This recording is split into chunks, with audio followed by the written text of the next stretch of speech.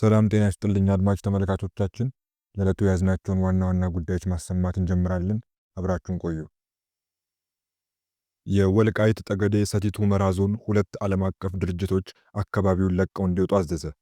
በአማራ ክልል ስር የተመሰረተው የወልቃይት ጠገዴ ሰቲት ሁመራ ዞን አስተዳደር የፕሪቶሪያ ስምምነትን በመጣስ ወገንተኛ የሆነ የፖለቲካ አቋም ይዘዋል ያላቸው 2 ዓለም አቀፍ ግብረሰናይ ድርጅቶች ዞኑን ለቀው እንዲወጡ አዘዘ። ትዕዛዙ የተላለፈባቸው ኖርዌጂያን ሬፊጂ ካውንስል እና ኢንተርናሽናል ሜዲካል ኮር የተሰኙት መንግስታዊ ያልሆኑ ድርጅቶች የአስተዳደሩን ውሳኔ ገና እየተመለከቱት እንደሆነ ለቢቢሲ ገልጸዋል። የ2 ዓመቱን ጦርነት ተከትሎ በአማራ ክልል ስር መተዳደር የጀመሩትን አካባቢዎች እየመራ የሚገኘው የወልቃይት ጠገዴ ሰቲት ሁመራ ዞን ለሁለቱ ድርጅቶች ማስጠንቀቂያ የሰጠው እሁድ ጥር 2 2018 ዓ.ም ባወጣው መግለጫ ነው። አስተዳደሩ ውሳኔ ካስተላለፈባቸው ድርጅቶች አንዱ የሆነው ኖርዌጂያን ሬፊጂ ካውንስል ተፈናቃዮችን በዘላቂነት ማቋቋም ላይ የሚሰራ ዓለም አቀፍ ተቋም ነው። በግጭት በተፈጥሮ አደጋና በበሽታ ለተጎዱ ሰዎች የአደጋ ጊዜ ምላሽ የሚያቀርበው ኢንተርናሽናል ሜዲካል ኮር ደግሞ ዋና መስሪያ ቤቱ አሜሪካ ውስጥ ነው። ድርጅቱ ሁመራ፣ ጸገዴና ወልቃይት ወረዳዎቹ ሴቶችና ህፃናት ሴቶች ላይ የሚፈጸሙ ጥቃቶች ጋር በተያያዘ እገዛ እንደሚያደርግ የተቋሙ መረጃ ያመለክታል። የወልቃይት ጠገዴ ሰቲት ሁመራ ዞን ባወጣው መረጃ እነዚህ ድርጅቶች በአካባቢው የሚንቀሳቀሱት ለሰብአዊ ድጋፍ በሚል ቢሆንም ህገወጥ ድርጊቶችን ሲፈጽሙ ቆይተዋል ሲል ከሷል። ድርጅቶቹ በአካባቢው ስራ ከጀመሩበት ጊዜ ጀምሮ በሚያደርጓቸው ስብሰባዎች፣ ስልጠናዎችና ልዩ ልዩ ተግባራት የሀገራችን ህጎችና መንግስታችን የተፈረመውን የፕሪቶሪያ ስምምነትን የሚቃረኑ ተግባራት ፈጽመዋል ብሏል። በማህበረሰቡ ዘንድ ቅሬታን የሚፈጥሩና ማህበረሰቡ ሌሎች ህጋዊ ድርጅቶችን ጭምር በጥርጣሬ እንዲመለከታቸው የሚያደርጉ ህገወጥ ድርጊቶች የሚሉትም አስተዳደሩ ተፈጽመዋል ካላቸው ተግባራት መካከል ተጠቅሰዋል። እንደ አስተዳደሩ ገለጻ ተቋማቱ ከህገወጥ ተግባራቸው እንዲታቀቡ እንዲሁም የፕሪቶሪያ ስምምነትን እንዲያከብሩ በተደጋጋሚ ማሳሰቢያ ተሰጥቷቸዋል። ይሁን እንጂ ድርጅቶቹ ህገወጥ ተግባሮችን መፈጸም ቀጥለዋል ሲል ከሷል። ከተቋቋሙለት የሰብአዊ ድጋፍ ዓላማ በተቃረነ አኳኋን የፕሪቶሪያን ስምምነት በመጣስ ወገንተኛ የሆነ የፖለቲካ አቋም ይዘዋል ሲልም ወንጅሏል። የአስተዳደሩ መግለጫ ወገንተኛ የሆነ የፖለቲካ አቋም ጋር በተያያዘ ከጠቀሳቸው ተግባራት ውስጥ በብዙ የህይወት መስዋዕትነት ነፃ የወጣውን ማህበረሰብ እንደ አፈናቃይ መጥራት የሚል ይገኝበታል። አካባቢውን የትግራይ ክልል አካል በማለት ጠርተዋልም ብሏል። ለአብነትም ድርጅቶቹ ቅጥር ለመፈጸምም ሆነ ሌሎች ይፋዊ ኦፊሴላዊ ግንኙነቶችን በተመለከተ አካባቢውን ምዕራብ ትግራይ በሚል ይጠራሉ ሲል በመግለጫው አስፍሯል። አካባቢዎቹን ምዕራብ ትግራይ ብሎ መጥራት እንደ ኢትዮጵያ ህጎች ሁሉ የአገሪቱ የህግ አካል የሆነውን የፕሪቶሪያ ስምምነትን በጉልህ የሚጥስ ተግባር ነው ብሏል። የፌዴራል መንግስት የፕሪቶሪያ ስምምነትን የፈረመው ጦርነትን ለመቋጨትና አካባቢውን ሰላማዊ በማድረግ ችግሮችን ለመፍታት እንደሆነ ገልጿል። ይህ ስምምነት አካባቢውን አወዛጋቢ ቦታ በሚል እንደሰየመውም በመግለጫው አክሏል። ከዚህም በተጨማሪ ባለፈው መስከረም ላይ የኢንተርናሽናል ሜዲካል ኮር ተሽከርካሪ የጫነው አንድ ትልቅ ታንከር ውስጥ 3 ሰዎችን በህገወጥ መንገድ ደብቆ እያዘዋወረ መገኘቱን አስተዳደሩ ገልጿል። ይህም ተግባሩ ህገወጥ የሰዎች ዝውውር ወንጀልን የሚያስፋፋና በወንጀል የሚያስጠይቅ ነው ብሏል። ሁለቱ ዓለም አቀፍ መንግስት ያልሆኑ ድርጅቶች እነዚህን ህገወጥ ተግባራት መፈጸማቸው በበቂ ሁናቴ መረጋገጡን የገለጸው አስተዳደሩ ከዚህ ቀደም የተሰጣቸውን ምክረ ሀሳብ አልተቀበሉም ሲልም ከሷል።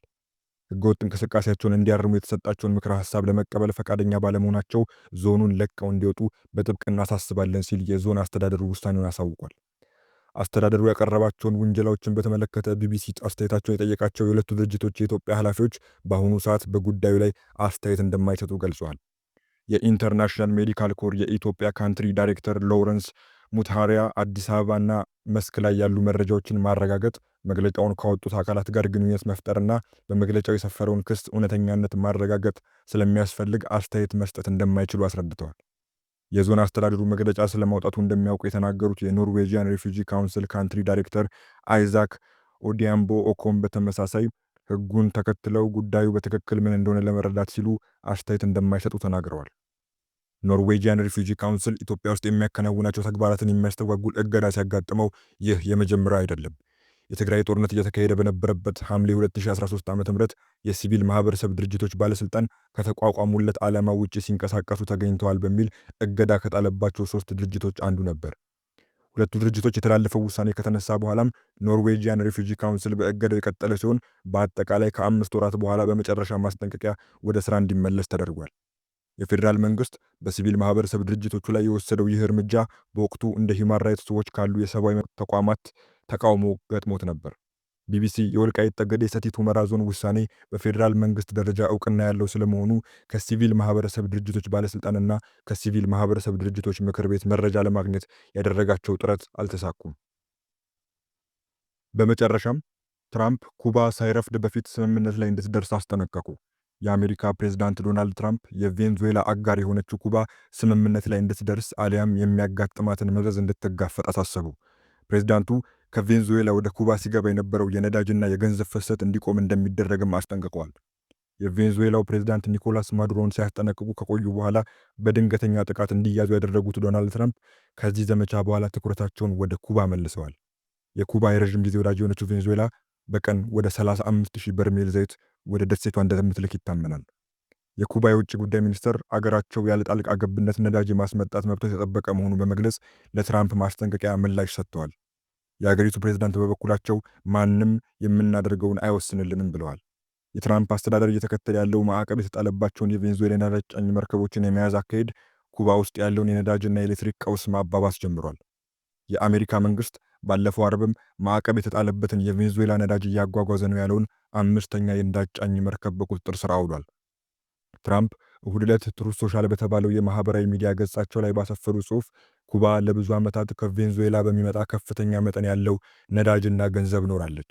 በምላሹም ኩባ ላለፉት 2 ለቬንዙዌላ አምባገነኖች የደህንነት አገልግሎት ሰጥታለች፣ ነገር ግን ከእንግዲህ አይቀጥልም ብለዋል።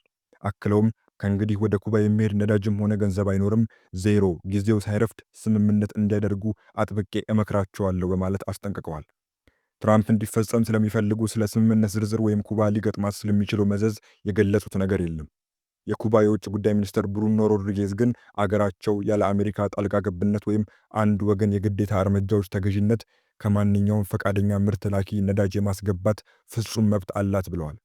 ኩባ ከአሜሪካ በተቃራኒ በሌሎች አገራት በማስፈራራት ወይም በወታደራዊ እርምጃ ጫና ተጽዕኖ አታደርግም ሲሉም አክለዋል።